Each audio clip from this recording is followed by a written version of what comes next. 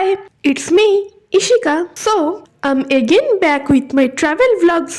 পুরো একটা দিন আমরা উদয়পুরে কিভাবে কাটিয়েছিলাম, কোথায় কোথায় ঘুরেছিলাম সেটাই লাস্ট ভিডিওতে তোমাদের সাথে শেয়ার করেছিলাম। তো সেই ভ্লগটা তোমরা বেশ পছন্দ করেছো, কিন্তু ভ্লগটা এখনো যারা যারা দেখোনি তাদের জন্য উদয়পুরের ভ্লগটা নিচে পিন করে দিলাম, অবশ্যই দেখে নিও, আর ভালো লাগলে চ্যানেলটাকে সাবস্ক্রাইব করে দিও। তো এটা হচ্ছে উদয়পুর ঘোরার পরের দিন।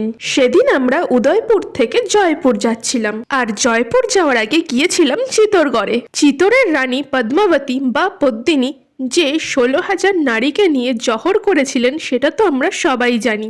আর এই যে জায়গাটা দেখছো, এখানেই হয়েছিল সেই জহর। রানী পদ্মাবতীর পরেও আরো 2 রানী এখানেই জহর পালন করেন।